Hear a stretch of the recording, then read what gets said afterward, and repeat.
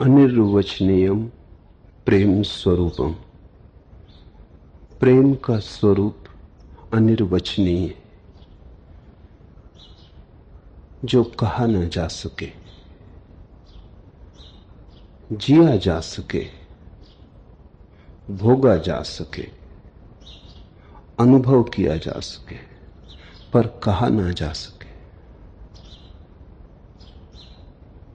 लहर सागर में है, सागर भी लहर में है, लेकिन लहर पूरी की पूरी सागर में है, पूरा का पूरा सागर लहर में नहीं। अनुभव सागर जैसा है, अभिव्यक्ति लहर जैसी है, थोड़ी सी खबर लाती है पर बहुत अनंत गुना पीछे छूट जाता है। जरा सी झलक लाती है लेकिन बहुत शेष रह जाता है।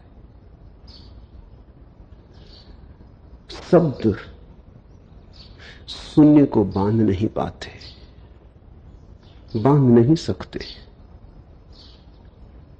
शब्द तो छोटे छोटे आंगनों जैसे हैं। अनुभव का, शून्य का, प्रेम का, परमात्मा का आकाश असीम है। यद्यपि आंगन में भी वही आकाश झांकता है, लेकिन आंगन को आकाश मत समझ लेना, अन्यथा कारागृह में पड़ जाओगे। जिसने आंगन को आकाश समझा उसका दुर्भाग्य, क्योंकि फिर आंगन में ही जीने लगेगा। आंगन से आकाश बहुत बड़ा है, आंगन से स्वाद ले लेना, लेकिन तृप्त मत हो जाना। शब्द से अनुभव का आकाश बहुत बड़ा है। शब्द से प्यास जगे, शब्द से यात्रा शुरू हो, लेकिन शब्द पर यात्रा पूरी ना हो जाए। कहीं शब्द को ही सब मत समझ लेना। शब्द में इंगित है, इशारे, जैसे मील के किनारे, राह के किनारे मील के पत्थर, तीर लगे, आगे की तरफ सूचना है। मील के पत्थर को मंजिल मत समझ लेना। सभी शब्द, चाहे वेद के हों, चाहे कुरान के, चाहे बाइबल के, शब्द मात्र सीमित है और प्रेम का अनुभव विराट है। इसलिए पहला सूत्र है आज का बहुत अनूठा, अनिर्वचनीयम प्रेम स्वरूपम। उस प्रेम का स्वरूप अनिर्वचनीय है, उसकी व्याख्या न हो सके, अभिव्यक्ति न हो सके। ऐसा नहीं कि जिन्होंने जाना नहीं कहा है, खूब कहा है, बार बार कहा है, हजार बार कहा है, फिर भी अनुभव किया है जो कहना चाहते थे वो नहीं कहा जा पाया है। जो कहा है बहुत छोटा है, जो कहना चाहते थे बहुत बड़ा है। रविन्द्रनाथ मरण सैया पर थे। एक मित्र ने कहा, तुम धन्यभागी हो, तुम्हें जो गाना था गा लिया, कहना था कह लिया। तुमने 6000 गीत रचे, तुम महाकवि हो। तुम तो शांति से, तृप्ति से मृत्यु में विदा हो सकते हो। रविन्द्रनाथ ने आंख खोली और कहा, तृप्ति? तृप्ति कैसी? जो कहना चाहता था अभी भी अनकहा रह गया है, जो गाना चाहता था अभी गा कहां पाया। यही परमात्मा से प्रार्थना करता हूं कि ये तूने क्या किया, कैसे असमय में उठा रहा है मुझे।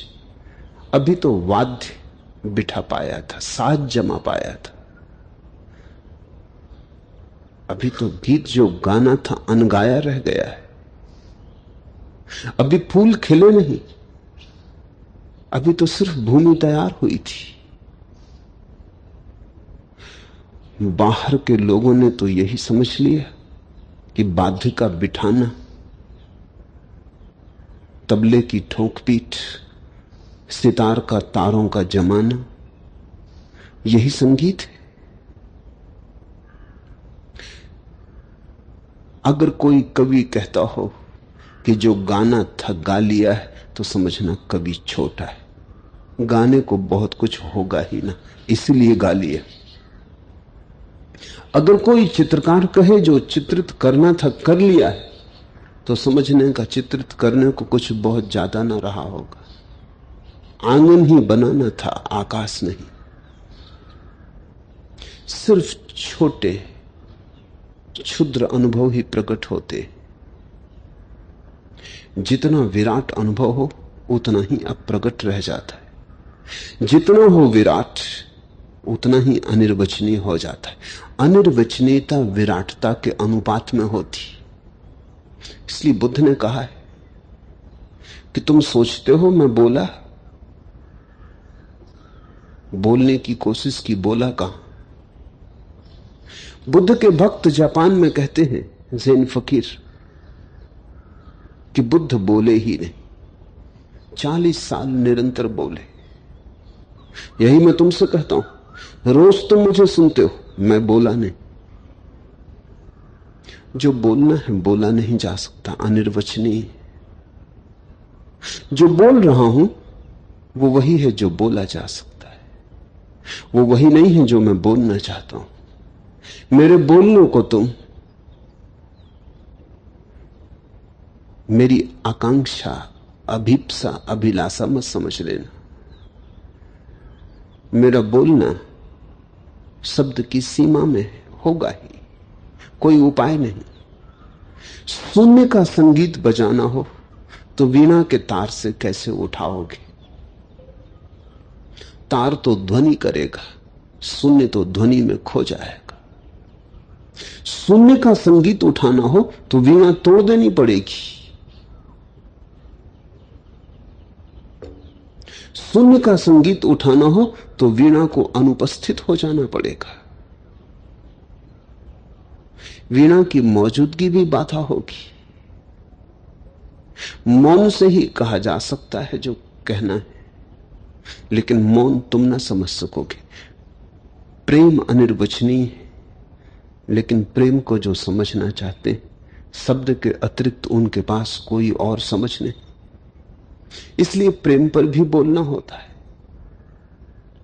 शून्य नहीं होता परिभाषित, रहता मात्र नयन में। मनवंतर संवत्सर वत्सर कब बंधते लघु क्षण में। रहते सभी अनाम, न कोई कभी पुकारा जाता। रह जाती अभिव्यक्ति अधूरी, जीवन शिशु तुतलाता। सब बोलना तुतलाने जैसा है। बुद्धों के वचन भी तोतले तुतलाने जैसे, जैसे छोटा बच्चा कुछ कहना चाहता है, बड़े भाव से भरा है, पर शब्द नहीं। शब्दों का भी कुछ खोजबीन कर ले थोड़ी बहुत, तो बड़े थोड़े से शब्द हैं।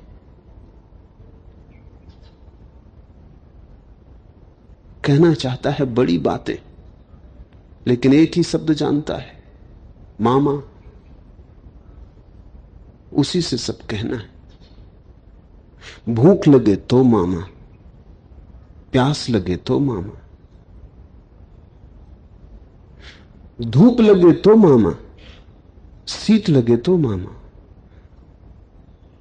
एक ही शब्द है, उसी से सब कहना है। शब्द बड़े थोड़े, कहने को बड़ा विराट। और प्रेम विराट से भी विराटतर है। प्रेम महाशून्य। प्रेम का अर्थ ही है जहां तुम मिट जाओ, जहां तुम्हारी खबर न मिले। ऐसी जगह आ जाओ जहां अपने को भी खोजने से खोज ना सको। प्रेम का अर्थ है जहां तुम मिट जाओ। प्रेम महामृत्यु है। तुम जहां शून्य हो जाते हो वहीं परमात्मा प्रकट होता है अपने अनंत रूपों में। जहां तुम खो जाते हो वहीं उसकी वीणा बज उठती है। अनंत स्वर संगीत तुम्हें घेर लेते। लेकिन तुम बचते नहीं, कहने वाला नहीं बचता। पहली बात, भाषा छोटी, संकुचित, थोड़े से शब्द बच्चे के तुतलाने जैसे। फिर दूसरी बात, प्रेम को जानने वाला जानने में खो जाता है, पिघल जाता है, बह जाता है। बोलने वाला बचता नहीं। जब बोलने योग्य कुछ होता है जीवन में तो बोलने वाला नहीं बचता। जब तक बोलने वाला होता है जीवन में तो कुछ बोलने योग्य नहीं होता। तुम कितना बोलते हो, कभी सोचा? सुबह से सांझ बोलते ही रहते हो, कभी विचारा बोलने को क्या है? रात नींद में भी बड़बड़ाते हो, बोले ही चले जाते हो। कभी ठहरो, क्षण भर को ठिठको, कभी रुक के सोचो, लौट के देखो। बोलने को क्या है? बोलने को कुछ भी नहीं, मगर बोल बोल के ऐसा आभास कर लेते हो जैसे बोलने को बहुत कुछ था। कहानी कह कह के आभास कर लेते हो कि कहने को कहानी थी। ऐसी झूठी संपदा का भ्रम पैदा होता है। गा गा के समझा लेते हो कि गीत पैदा हुआ था, गायक का जन्म हुआ था। बिना जाने स्वर ताल का कोई अनुभव नहीं, लेकिन ठोंकते पीटते रहते हो वीणा को। शोरगुल होता है निश्चित ही, उसी शोरगुल को संगीत समझ लेते हो। जब संगीत पैदा होता है तो हाथ रुकने लगते, वीणा छेड़ने में भी डरते। जितनी होती है गहरी समझ, उतना ही मौन प्रगाढ़ होने लगता है। फिर अगर तुम बोलते भी हो तो जान के बोलते हो, मजबूरी है। दूसरा समझ ना सकेगा मौन को, इसलिए मुखर होते हो। लेकिन एक क्षण को भी यह बात विस्मरण नहीं होती कि जो पाया है वो कहा ना जा सकेगा, क्योंकि कहने वाला भी शेष नहीं रहा उसी पाने में। उसे भी उसी पाने में उसे दे डाला है, उसे देकर ही तो पाया है। शून्य नहीं होता परिभाषित, और प्रेम शून्य है, महाशून्य।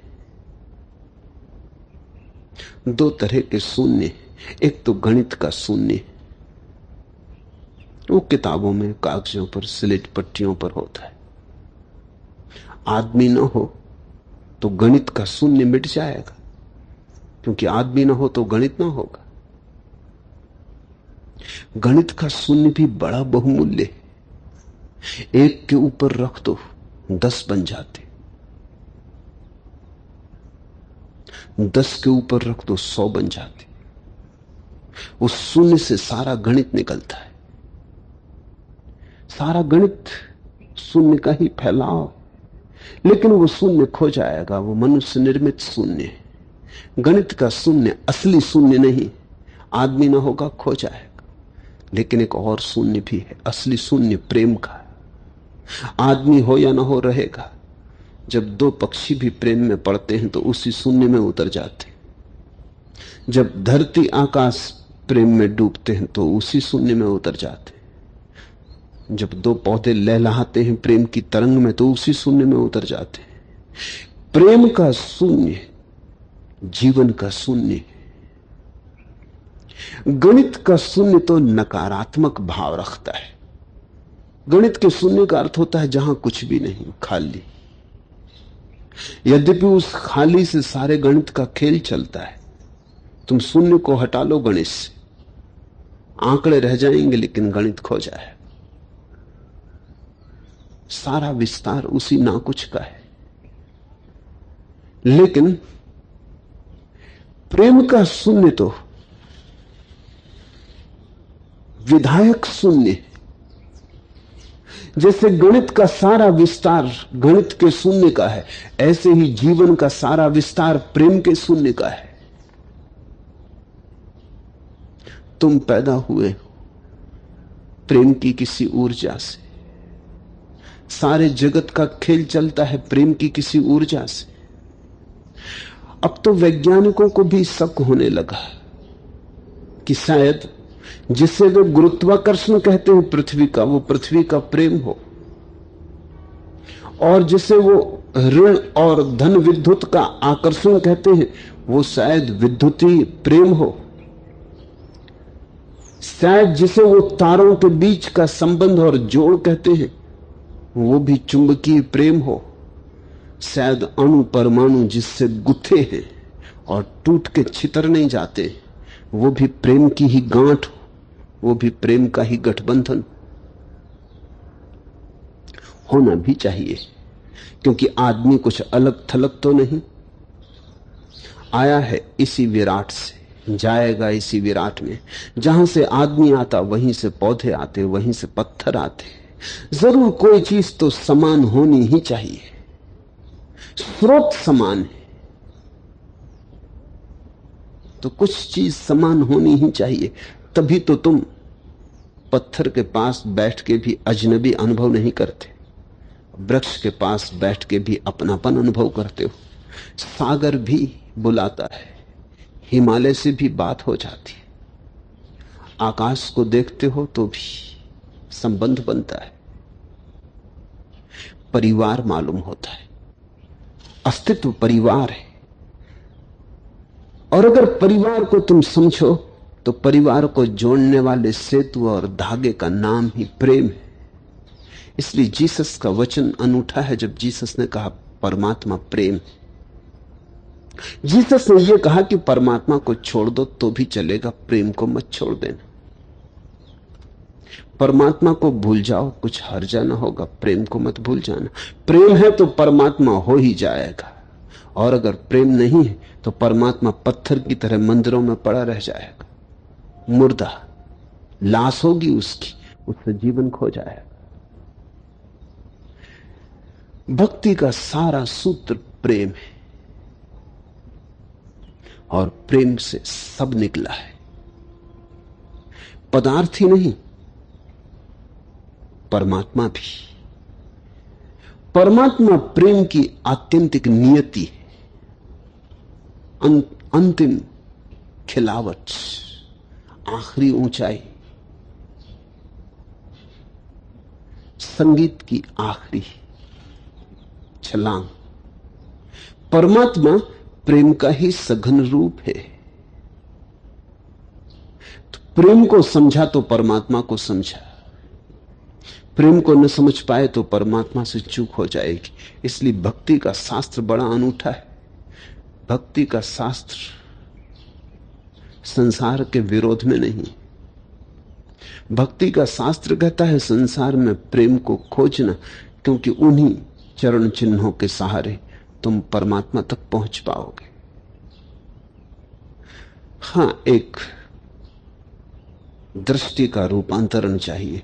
अपने बेटे को प्रेम करना अपने बेटे की तरह नहीं, वहीं भूल हो जाती। अपने बेटे को भी प्रेम करना परमात्मा के एक रूप की तरह, वहीं भूल मिट जाती, वहीं उलझन छूट जाती। प्रेम जिसको भी करना उसमें परमात्मा देखना, और प्रेम से शुरुआत होती। प्रेम के अभाव में परमात्मा कोरी लफ्फाजी है, शाब्दिक जाल है, तर्क का ऊहापोह है, वाद विवाद है, सार कुछ भी नहीं। इसलिए तुम पाओगे बहुतों को, पंडितों को परमात्मा की चर्चा करते, लेकिन अगर उनकी आंख में तुम्हें प्रेम की किरण न मिले तो समझ लेना सब धोखा है, सब पाखंड है। प्रेम की किरण हो आंख में तो चर्चा कोई भी चलती हो, परमात्मा की ही चर्चा है।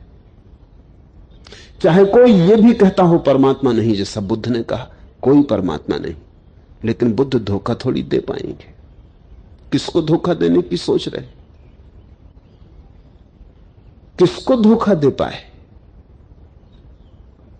बुद्ध कहते रहे परमात्मा नहीं, लेकिन आंख कहती रही परमात्मा है।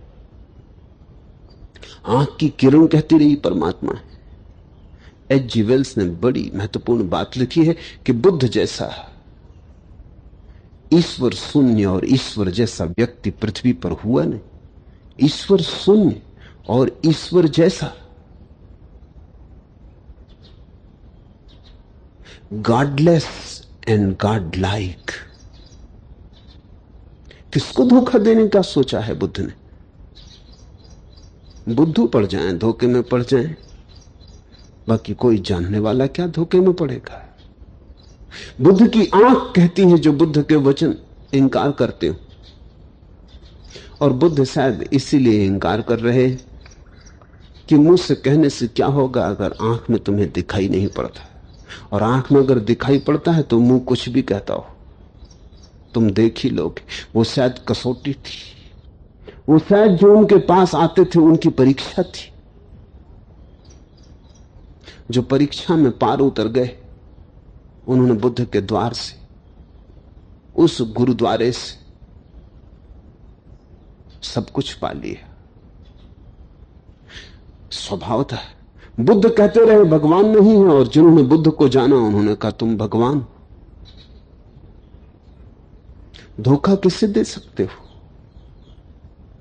शून्य नहीं होता परिभाषित, रहता मात्र नयन में।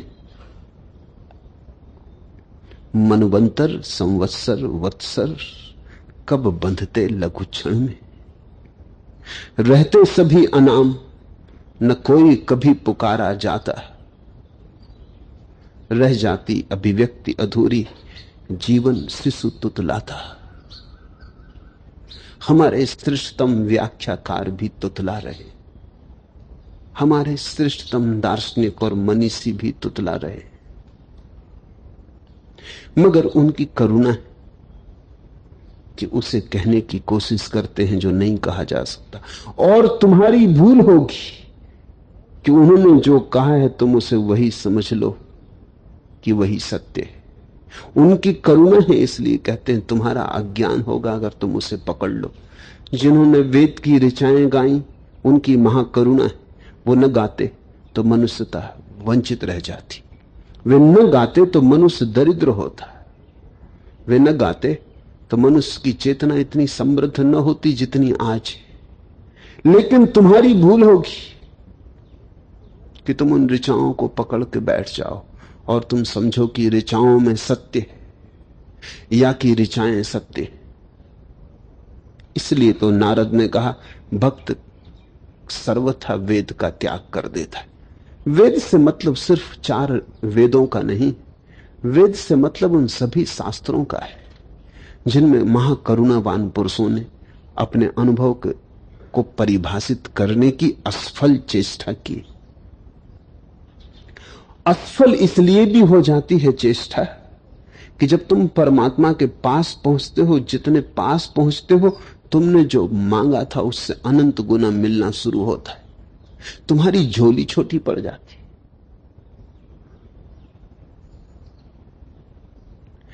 एक रूप मांगा था तुमने, यह सारा संसार दे दिया। छोटी सी पुतली के पट पर किस किस का प्रतिबिंब उतारूं, भीड़ खड़ी है सन्मुख मेरे, किसे छोड़ दूं किसे पुकारूं। एक कली मांगी थी तुमने, अपना हार उतार दे दिया। एक राग मांगा था तुमने, अपना उठा सितार दे दिया। एक रंग मांगा था तुमने, सुर धनु का उपहार दे दिया। झोली छोटी पड़ जाती, मांगने वाले का हृदय छोटा पड़ जाता।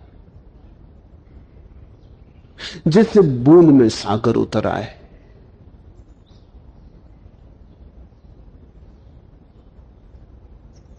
तो जो दशा बूंद की हो जाए वही भक्त की हो जाती। अनिर्वचनीयम प्रेम स्वरूपम। प्रेम का स्वरूप व्याख्या के, वर्जन के बाहर है। प्रेम का स्वरूप अनिर्वचनीय। अनिर्वचनीयता बहुरंगी है। बहुमुखी, बहुआयामी।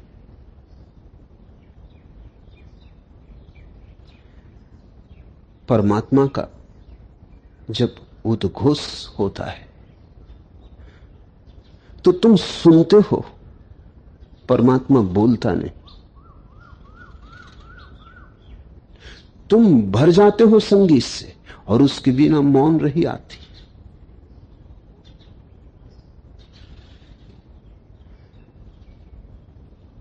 रहस्यपूर्ण है अनुभव। कभी कभी तुम्हें अनुभव होगा किसी महानुभाव की छाया में। सद्गुरु चुप होगा और अचानक तुम अनुभव करोगे कि तुम भरने लगे। उसने कुछ दिया नहीं, प्रगट। अब प्रगट में कुछ उंडल आया। उसने कुछ तुम्हारे हाथों में दिया नहीं, सीधा साफ रूपरेखा में आबद्ध, और तुम्हारे हाथ अचानक भर गए। परमात्मा प्रसाद देता नहीं, तुम्हें मिलता है। दे तो प्रकट करना आसान हो जाए, बिना दिया मिलता है। बोले सुना हो तो दूसरे को भी सुनाना आसान हो जाए। शून्य से आती है प्रतीति, एहसास, लहर, मस्ती की तरह तुम्हें घेर लेता है। शब्दों की तरह नहीं, शास्त्रों की तरह नहीं, शराब की तरह तुम्हें भर देता है। तुम नहीं रह जाते, सब कुछ बदल जाता है। लेकिन कोई हाथ देते हुए मालूम नहीं पड़ते, कोई वाणी बोलती हुई मालूम नहीं पड़ती, सुना जाता है। इल्हाम होता है, उद्घोषणा होती, स्रोत का पता नहीं चलता। तुम चकित, अवाक, रहस्य पूरित रह जाते हो। उस घड़ी में हृदय भी रुक जाता है। मन की तो बात ही ना करो, विचार ठिठक जाते। सोच विचार की सारी क्षमता खो जाती। तुम पहली दफा निरबोध शिशु की भांति हो जाते हो, कोरे कागज। गो से मुस्ताक की क्या बात है, अल्लाह अल्लाह। सुन रहा हूं मैं वो नगमा जो अभी साज में है। उत्कंठित कानों की क्या बात कहें, वो गीत जो अभी गाया नहीं गया, जो फूल अभी फूला नहीं, जो बीज अभी टूटा नहीं। सुन रहा हूं मैं वो नगमा जो अभी साज में है, अभी साज के बाहर नहीं आया, अभी रूप नहीं लिया। अरूप, मौन। देख रहा हूं उसे जिसने अभी आकार नहीं लिया। मिलन हो रहा है उससे जो अभी जन्मा नहीं। फिर कैसे अभिव्यक्ति होगी, फिर कैसे अभिव्यंजना होगी। अनिर्वचनीयम प्रेम स्वरूपम।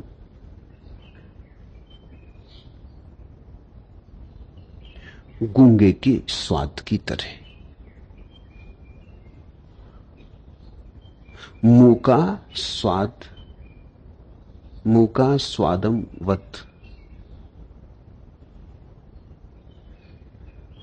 नारद के सूत्र को फिर भक्त हजारों तरह से गाते रहे। कबीर कहते हैं गूंगी केरी सरकरा।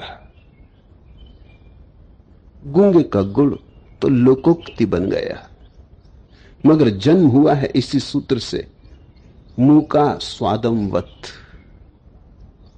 गूंगे के स्वाद की तरह। गूंगे के स्वाद को समझे। गूंगे को कोई अड़चन स्वाद लेने में नहीं।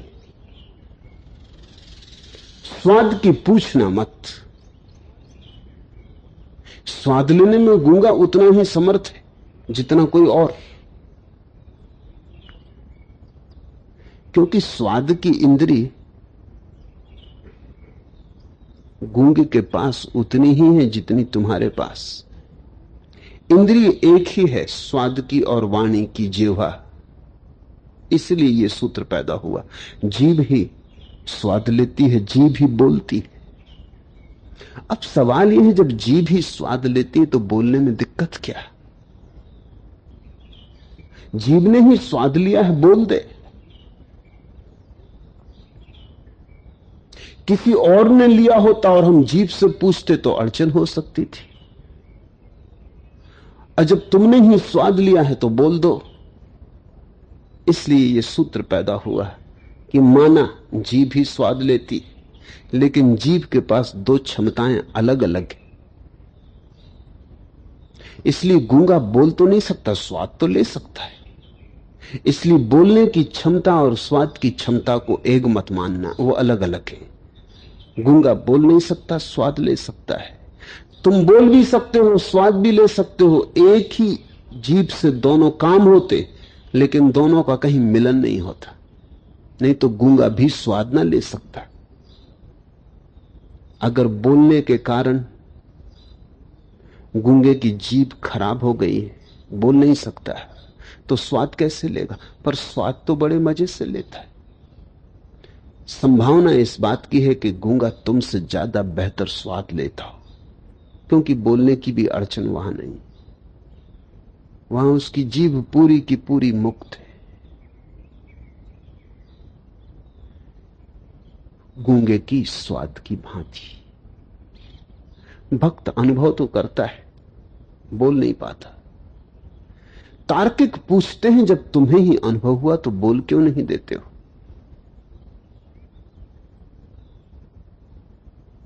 पश्चिम के एक वर्तमान विचारक हैं आर्थर कोएस्लर। सदियों से जो तर्क दोहराया गया है वही वो आज भी दोहराते। वो यही कहते हैं बार बार कि जो अनुभव किया जा सकता है वो बोला क्यों नहीं जा सकता? जब तुमने जान लिया तो जना दो।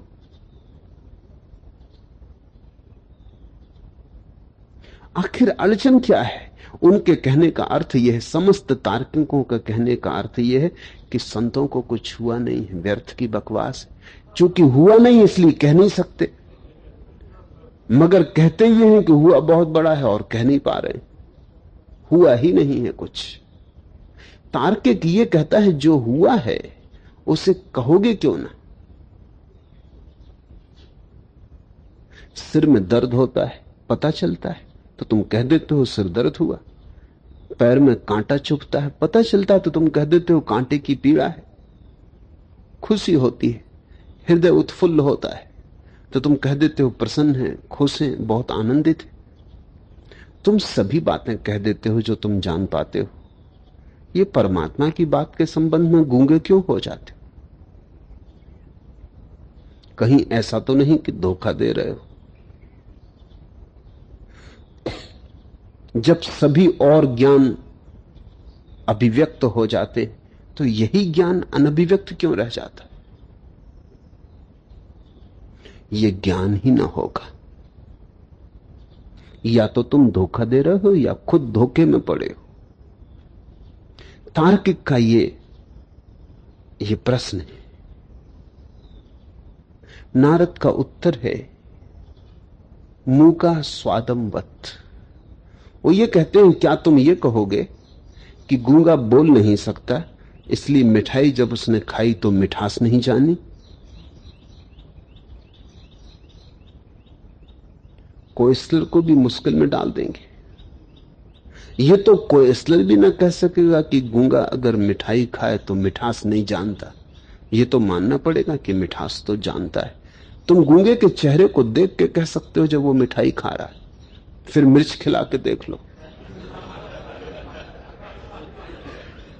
बिना बोले गालियां देगा। आंख में पढ़ी जा सकेंगी।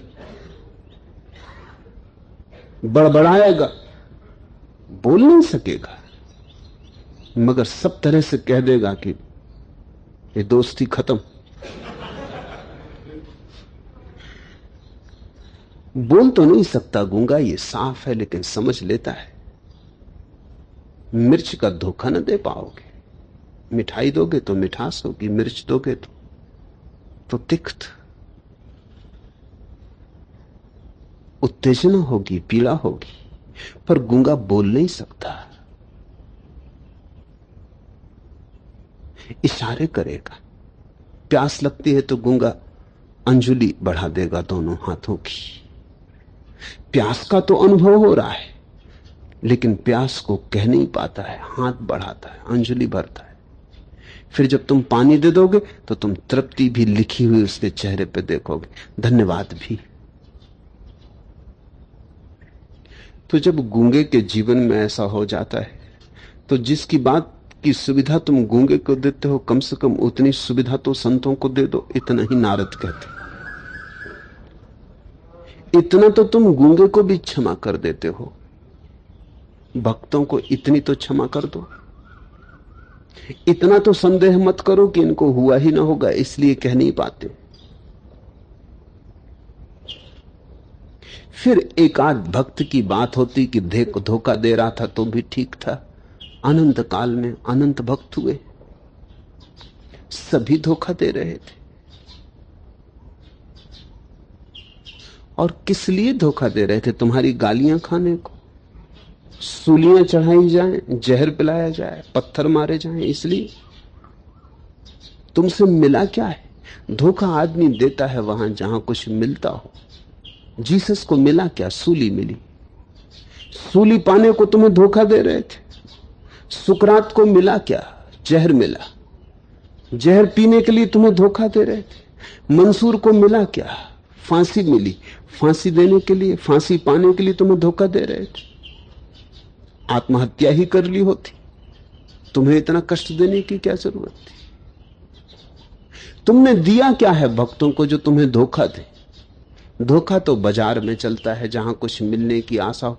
परमात्मा, उस परम का गुह अनुभव पीड़ा भला लाता हो। संसार की नजरों में यह ख्याल भला लाता हो कि तुम पागल हुए, उन्मत्त हुए, तुमने होश गंवाया, समझ खोई, लोक लाज खोई। और तो क्या मिलता है? निंदा मिलती हो, उपेक्षा मिलती हो, लोगों की हंसी मिलती हो, मस्खरे मिलते हो, और क्या मिलता है? धोखा किस लिए? फिर एकाध कोई धोखा देता है। निरपवाद रूप से असंख्य काल में असंख्य लोगों ने धोखा दिया है। फिर से सोचो, फिर ऐसा करो, कोई हिटलर को उसके ही अनुभव से समझाना उचित है। किसी से प्रेम हो जाता है, तब तुम ठीक ठीक बता पाओगे किस लिए हो गया? क्या तुम ठीक ठीक बता पाओगे प्रेम क्या है? छोड़ो परमात्मा को, प्रेम तो सभी को होता है। हर मां को प्रेम होता है अपने बच्चे से। कौन मां अब तक व्याख्या कर सकी कि प्रेम क्या है? पूछो, प्रेम की बात गूंगी हो जाती। इतने प्रेमी हुए, मजनू हो कि फरहाद हो,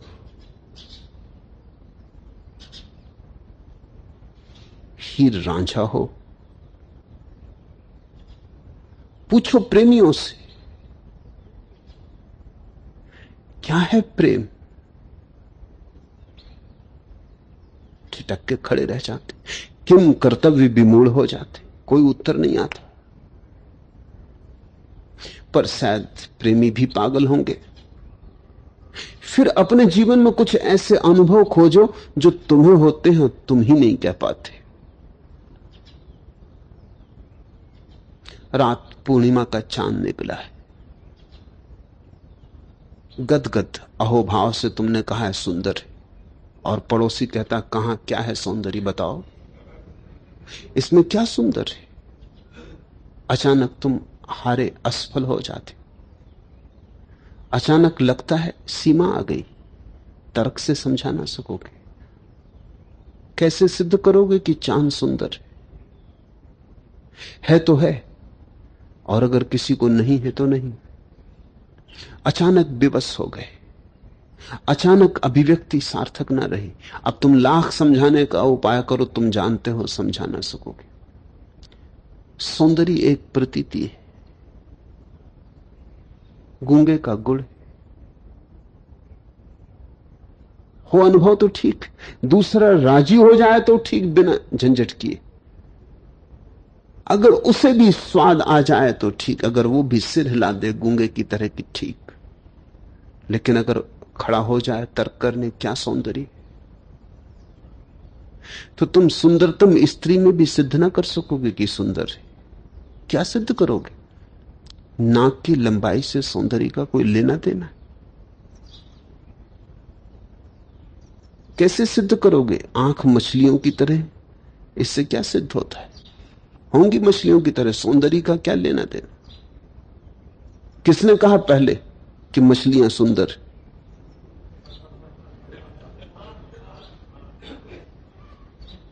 कि होंगे बाल काली घटाओं की तरह, पर काली घटाएं सुंदर हैं, ये तुमसे किसने कहा?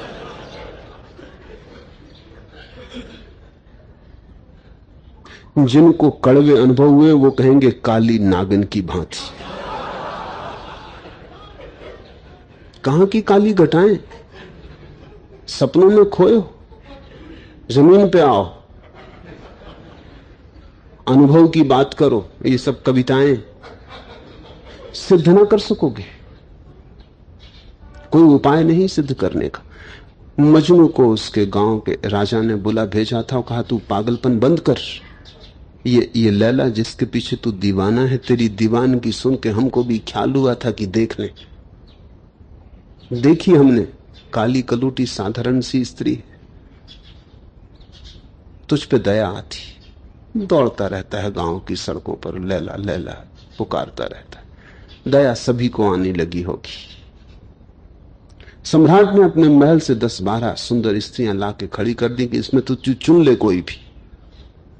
लेकिन मजनू ने उस तरफ देखा और कहने लगा लेकिन लैला कहां? इनमें कोई लैला नहीं। सम्राट ने कहा मैंने लैला देखी है, तू दीवाना है, पागल है। मजनू हंसने लगा। उसने कहा कि मजनू की बिना आंख के तुम लैला देख कैसे सकोगे? मजनू की आंख चाहिए लैला देखने को, भक्त की आंख चाहिए भगवान को देखने को। सिद्ध करने का कोई उपाय नहीं।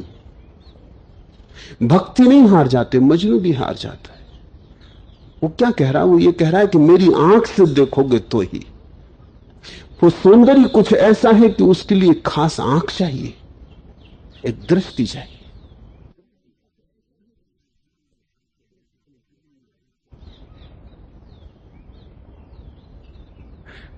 तुम अपने जीवन में ऐसे अनुभव खोज सकोगे निश्चित ही। कई बार तुम्हें प्रतीति हुई होगी कि दूसरा राजी नहीं हुआ, तुम हार गए, कुछ उपाय ना रहा कहने का।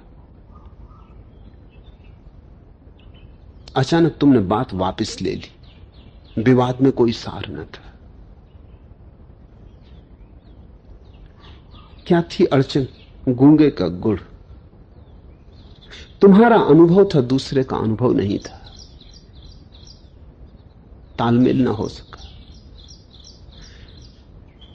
कोएस्लर को भी ऐसे अनुभव निश्चित हुए होंगे, क्योंकि इतना दीनहीन मनुष्य खोजना मुश्किल है जिसे ऐसा एक भी अनुभव न हुआ हो जहां शब्द सार्थक नहीं होते।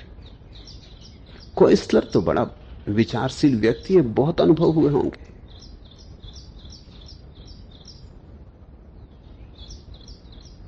प्रेम के, सौंदर्य के, सत्य के, शुभ के, शिवम के, जहां भाषा एकदम टूट जाती। और अगर तुम दूसरों को इतनी सुविधा देते हो तो नारद को भी इतनी सुविधा दो, गूंगे के स्वाद की तरह। मशवरे होते हैं सेखो विरह मन में जिगर, रिंद सुन लेते हैं बैठे हुए मैखाने में। वो जो पंडितों में चर्चाएं चल रही हैं, उनके लिए शराबियों को सुनने आने की जरूरत नहीं। रिंद सुन लेते हैं बैठे हुए मैखाने में। वो जो परमात्मा के संबंध में मशवरे हो रहे हैं, विवाद हो रहे हैं, इस सब को सुनने उनको मंदिरों मस्जिदों में आने की जरूरत नहीं। अपनी मस्ती में डूबे हुए वहीं सुन लेते हैं। खुद परमात्मा को ही सुन लेते हैं, पंडितों और मौलवियों के मशवरों की किसको फिक्र।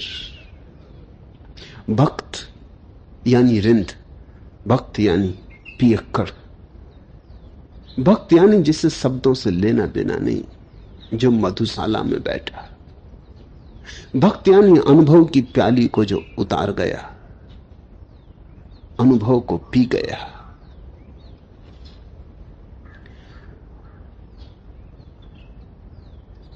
लागी कैसी लगन मीरा होके मगन, गली गली हरि गीत गाने लगी। जो थी महलों पली जोगन बनी, जोगन चली आज रानी दीवानी कहने लगी। पागल हो गई दूसरों की नजरों में, कुछ पी बैठी, कोई नशा छा गया, कोई मस्ती इतनी बड़ी कि लोकलाज की चिंता न रही। कुछ ऐसा बड़ा अनुभव कि सारा संसार स्वप्नवत मालूम हुआ। प्रकाशते क्वापि पात्रे,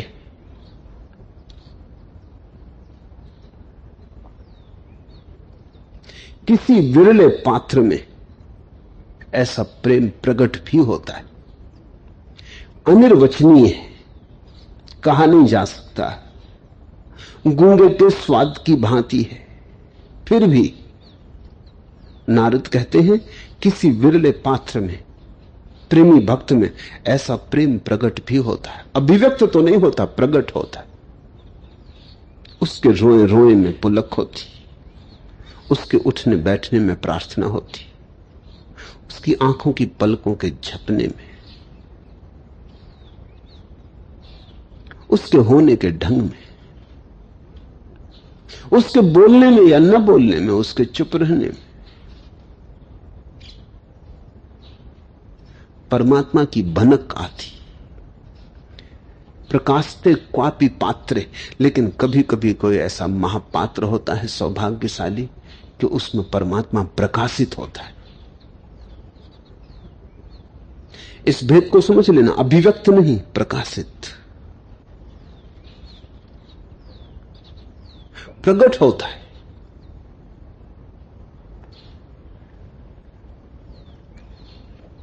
कोई मीरा, कोई चैतन्य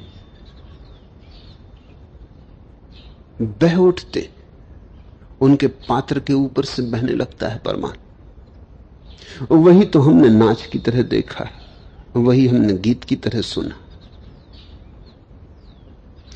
लेकिन उसके लिए भी तुम्हारे पास हृदय का खुला हुआ द्वार चाहिए, अन्यथा मीरा पागल मालूम होगी। जहां परमात्मा पैदा होता है, अगर तुम्हारे पास देखने की सम्यक दृष्टि ना हो तो पागलपन मालूम होगा।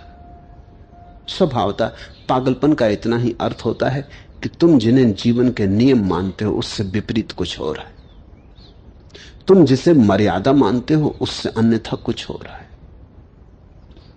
तुमने जिसे ढांचा बना रखा था अपनी व्यवस्था का, उसके पार कोई चला गया, सीमा के बाहर जा रहा है।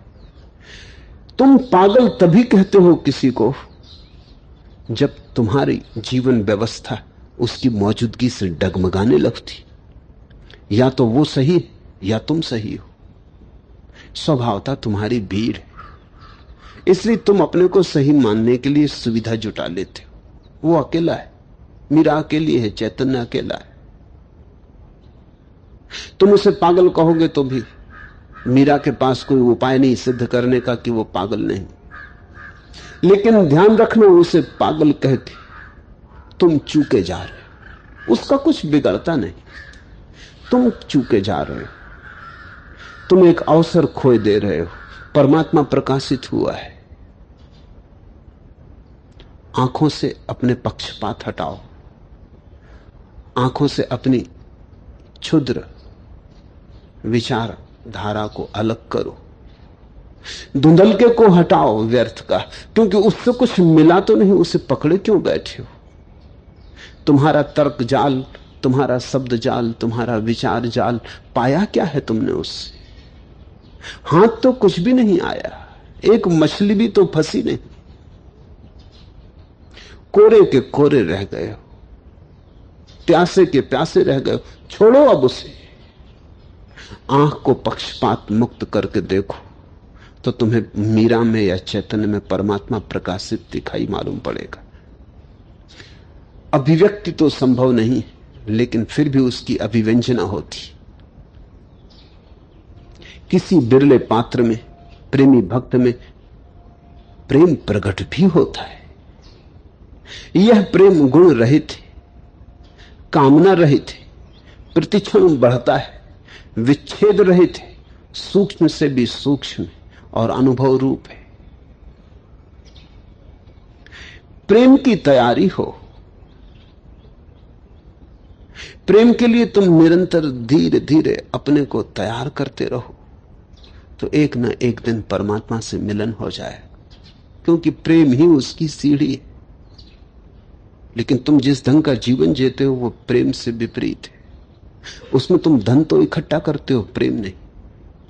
और अगर विकल्प हो कि धन चुनो कि प्रेम, तो तुम प्रेम के मुकाबले धन चुन लेते हो। तुम प्रेम बेच देते हो, धन चुन लेते हो। तुम कहते हो प्रेम फिर देख लेंगे, धन तो अभी ले ले। तुम्हारे सामने जब भी कोई विकल्प होता है, तुम प्रेम को तो हमेशा बलिदान करते रहते हो। फिर तुम पूछते हो परमात्मा कहां है? उसकी सीढ़ी को तो तुम काट काट के बाजार में बेचते रहते हो। फिर एक दिन सीढ़ी टूट जाती है, तुम्हारे और आकाश के बीच कोई संबंध नहीं रह जाता।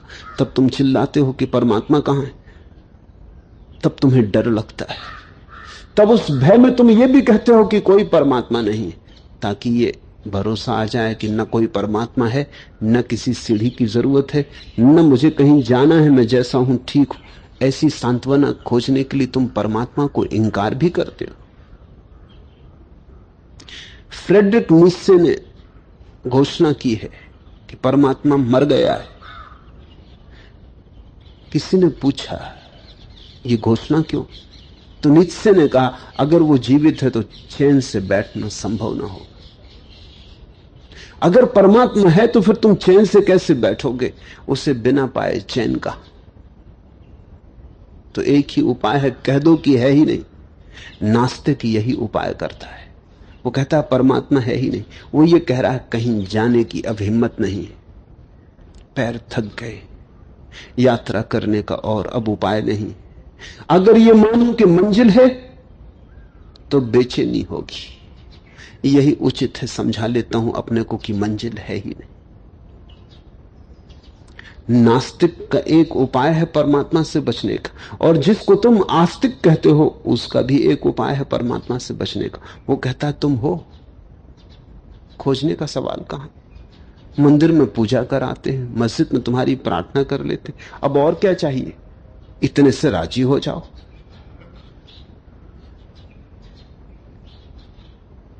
हर रविवार को चर्च में हो आते, इतना उपकार कुछ तुम पे कम है? राजी हो जाओ, फंदा छोड़ो, हमारा गला छोड़ो। तो आस्तिक सस्ते उपाय खोजता है, खिलौने, धर्म के नाम पर खिलौने। वो जैसे परमात्मा कोई बच्चा हो, असली कार न लाए, खिलौने की कार ले आए। उसका देखिए कार है, रेलगाड़ी है, हवाई जहाज है। परमात्मा जैसे कोई बच्चा हो, तुम अपने मंदिरों मस्जिदों से उसे बुलाना चाहते हो। तुम कहते देखो तुम्हारे लिए मंदिर बना दिया, अब और क्या चाहते? तुम्हारी सोने की मूर्ति बना दी, अब और ज्यादा मांग ना करो। अब हमें चैन से जीने दो हम जहां हैं। अब और ना पुकारो, अब और ना आह्वान दो, अब और चुनौती ना भेजो। हम थक गए। मेरे देखे आस्तिक और नास्तिक में बहुत फर्क नहीं दिखाई पड़ता। आस्तिक की एक तरकीब है उसी परमात्मा से बचने की, नास्तिक की भी उसी परमात्मा से बचने की दूसरी तरकीब। दोनों बच रहे। धार्मिक आदमी वो है जो कहता है तब तक चैन न लेंगे जब तक तुम्हें पा ना ले। अगर तुम्हें बनाने को, तुम्हारी सीढ़ी बनाने को सारा जीवन निछावर करना होगा तो करेंगे। प्रेम के ऊपर सब कुछ गंवा देंगे लेकिन प्रेम को न गंवाएंगे। यह प्रेम गुण रहित है, कामना रहित है, प्रतिक्षण बढ़ता है। यह प्रेम की परिभाषा है, लक्षण। प्रेम गुण रहित ही होता है। प्रेम न तो राजसिक होता, न सात्विक होता, न तामसिक होता। प्रेम गुणातीत है। प्रेम संसार के पार है। प्रेम ऐसे ही संसार के पार है जैसे कमल सागर के पार, सरोवर के पार होता है। दूर खड़ा उठता है सरोवर से, उसी कीचड़ से, फिर भी पार होता। सरोवर अतीत, ऐसे ही संसार के तीनों गुणों से अतीत है।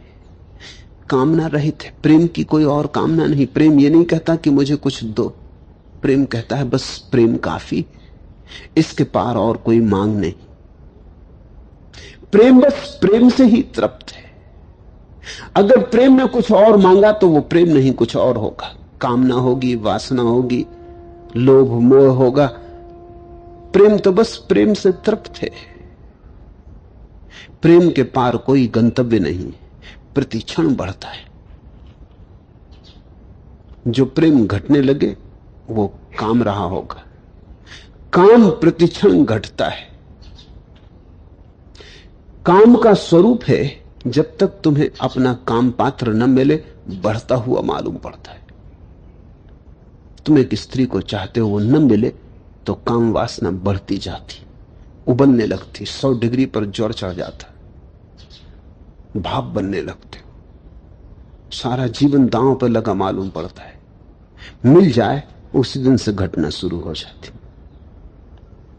काम का लक्षण यह है जब तक न मिले तब तक बढ़ता है, मिल जाए घटता है। प्रेम का लक्षण यह है जब तक न मिले तब तक तुम्हें पता ही नहीं कि बढ़ना क्या है। जब मिलता है तब बढ़ता है। प्रेमी पात्र जैसे ही मिलता है वैसे ही बढ़ता ही जाता है। प्रेम सदा दूज का चांद है, पूर्णिमा का चांद कभी होता ही नहीं, बढ़ता ही रहता है। ऐसी कोई घड़ी नहीं आती जब घटे।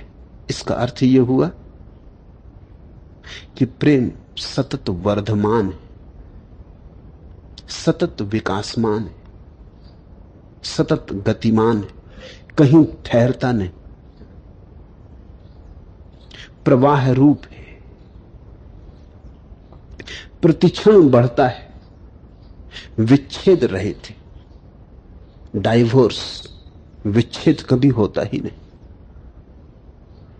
मिलन हुआ सदा को हुआ, मिलन हुआ शाश्वत हुआ। जब तक मिलन नहीं हुआ तब तक विच्छेद है। मिलन होते से फिर कोई विच्छेद नहीं है। सूक्ष्म से भी सूक्ष्म है, प्रेम से ज्यादा सूक्ष्म और कुछ भी नहीं। वैज्ञानिक कहते हैं परमाणु परम सूक्ष्म है। एक बड़ी अनूठी घटना इस सदी में घटी।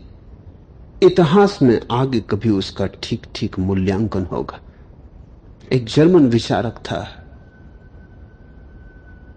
विल्हेम रैक, वैज्ञानिक, चिंतक, अनूठा चिंतक। जब अणु ऊर्जा की खोज चल रही थी तभी वो प्रेम ऊर्जा की खोज में लगा था।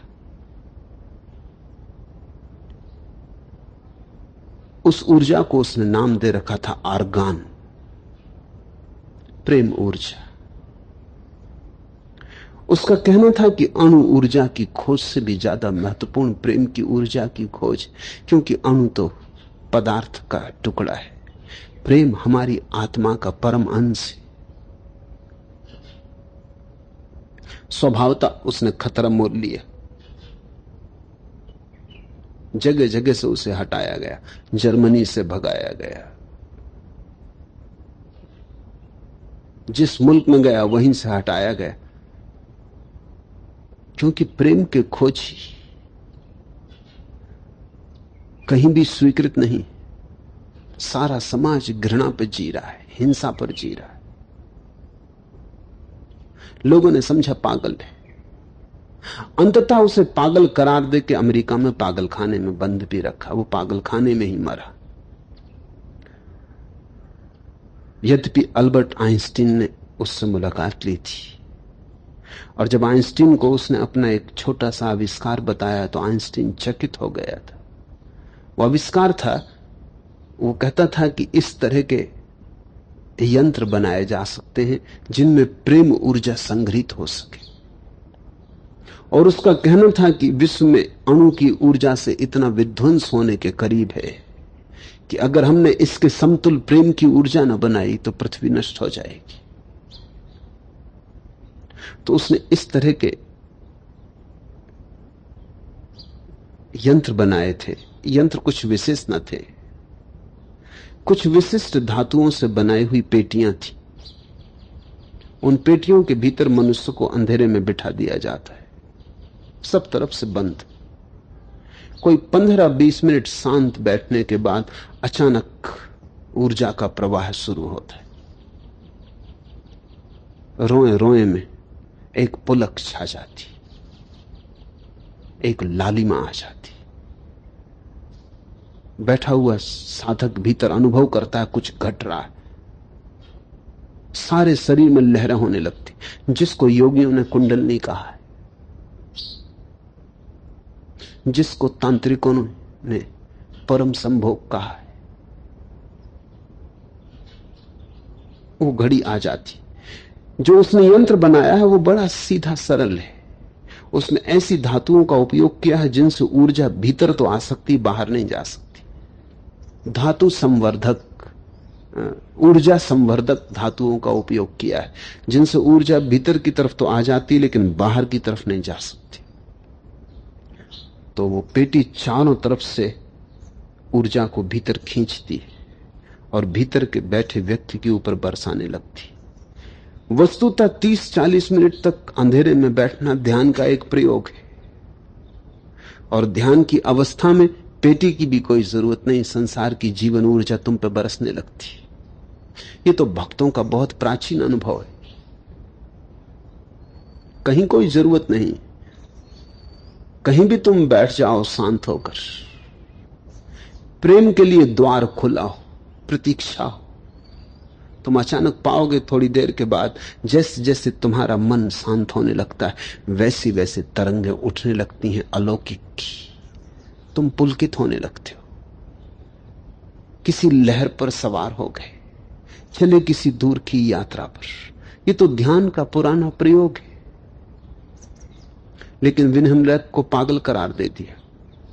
उसकी पेटियों को जालसाजी करार दे दिया। जालसाजी करार देना आसान हुआ, क्योंकि कोई प्रमाण क्या है कि इनके भीतर ऐसा होता है। ये प्रेम की ऊर्जा को तौलने का थर्मामीटर कहां है?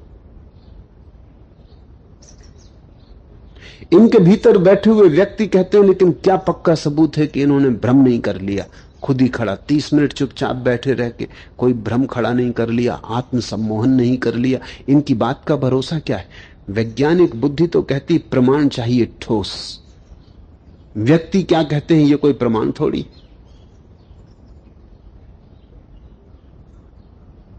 ठोस प्रमाण चाहिए यंत्र के द्वारा।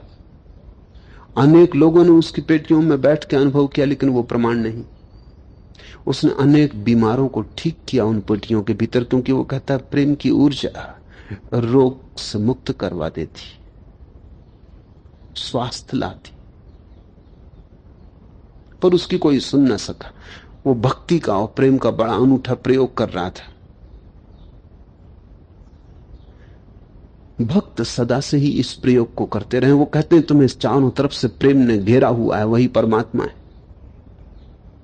तुम जरा शांत होके बैठो, तुम जरा मगन होके बैठो, तुम जरा चिंता रहित होके बैठो, तुम जरा द्वार खोल के ग्राहक होके बैठो, स्वीकार करने की तैयारी से बैठो, और वो बरसने लगेगा। इसी ग्राहकता और स्वीकृति का पुराना नाम प्रार्थना है। प्रार्थना का कुछ और अर्थ नहीं होता। उसका यह मतलब नहीं तुम बड़ा शोरगुल मचाओ, चिल्लाओ परमात्मा को, उस सब से कोई अर्थ नहीं। हृदय खुला हो, तुमने पात्र उसके सामने कर दिया है, तुम प्रतीक्षारत धैर्य शांति से बैठे हो, आएगा। इस आस्था श्रद्धा से उतरेगा, उतरता है, उतरा ही हुआ है। तुम्हारा संबंध पर जोड़ने की बात है, विच्छेद रहित है, सूक्ष्म से भी सूक्ष्म अनुभव रूप है। लेकिन जीवन को तुमने जिस ढांचे में ढाला है वो प्रेम के विपरीत है, और तुम्हारे तथाकथित धार्मिक तुम्हें प्रेम के विपरीत ही शिक्षण देते रहे। सुनो, जिन नैनों का प्रेम निमंत्रण तुमने था ठुकराया, उन नैनों में सजल स्नेह में एक नैन था मेरा। किसी दिन परमात्मा तुमसे कहेगा, जिन नैनों का प्रेम निमंत्रण तुमने था ठुकराया, उन नैनों में सजल स्नेह में एक नैन था मेरा। तुम समाधि के भ्रम में खोए, मुझे नहीं पहचाना। यह असंग यदि ताना है तो संग उसी का बाना। जिन सुमनों का विनत समर्पण तुमको नहीं सुहाया, उन सुमनों में मदिर सुरभि में एक सुमन था मेरा। दिव्य गंध को मात्र वासना कहकर तुमने टाला, बना सहज को सूली रित का पथ विकृत कर डाला। जिन सपनों का सुरधनु जीवन तुम्हें लगा छल छाया, उन सपनों में रुचिर रंग में एक सपन था मेरा। तुम अभंग के पीछे भूले भंगुर की गरिमा, रटा रटाया ज्ञान बन गया चेतन की जड़ सीमा। जिन रत्नों का मंगल कंकण फेंका कहकर माया, उन रत्नों में ज्योतित चिन्ह में एक रत्न था मेरा। इस संसार में परमात्मा सभी जगह समाविष्ट है। फूल से भी उसी ने पुकारा है। ठुकरा के पीठ फेर के चले मत जाना, अन्यथा किसी दिन पछताओगे। जहां से भी तुम्हें आकर्षण मिला है, उस आकर्षण में उसका ही आकर्षण छिपा है। तुमने व्याख्या गलत कर ली होगी। तुम्हारे पंडितों ने तुम्हें कुछ और समझा दिया होगा, भरमा दिया होगा। तुमने माया, छाया, छल, भ्रम कह के पीठ फेर ली होगी, लेकिन वही माया भी अगर है तो उसी की है, और अगर छाया भी है तो उसी की है, और अगर भ्रम है तो उसने ही दिया है, स्वीकार योग्य है। भक्त का अर्थ है जिसने उसे उसकी सर्वांगीणता में स्वीकार किया। जो कहता हम चुनाव ना करेंगे, हम कौन, हम कैसे जानेंगे कि तू कौन है और तू कौन नहीं, हम कहां रेखा खींचे। जड़ और चेतन की रेखा सब आदमी की खींची हुई है। ऐसा कोई जड़ नहीं है जिसमें चेतन न छिपा हो, और ऐसा कोई चेतन नहीं है जो जड़ में अवश्य ना हो, जड़ में जिसने घर न बनाया हो। चट्टान से चट्टान में भी वही सोया है, चैतन्य से चैतन्य में भी वही जागा है।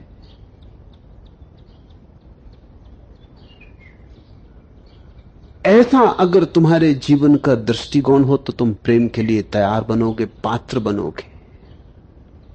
इस प्रेम को पाकर प्रेमी प्रेमी को ही देखता है,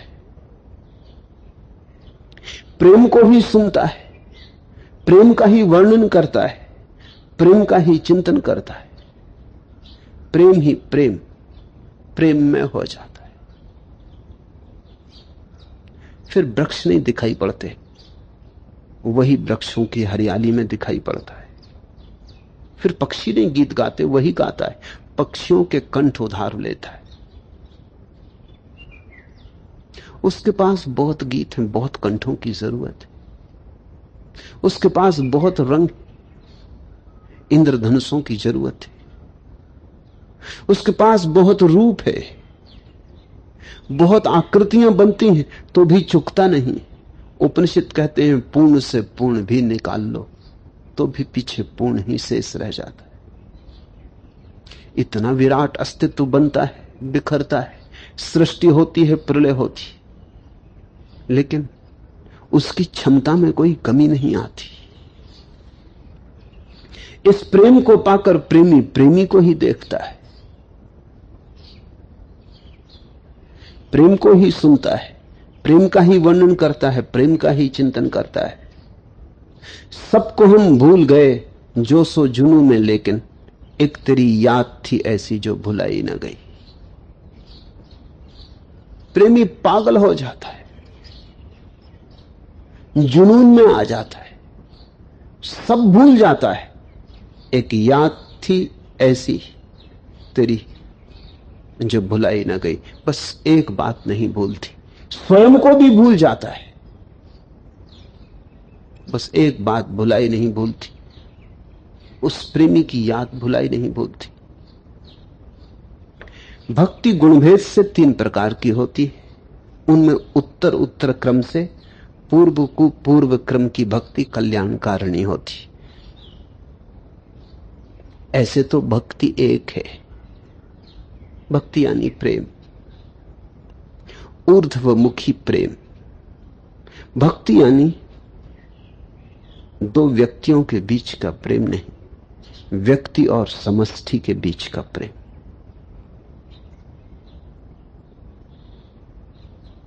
भक्ति यानी सर्व के साथ प्रेम में गिर जाना।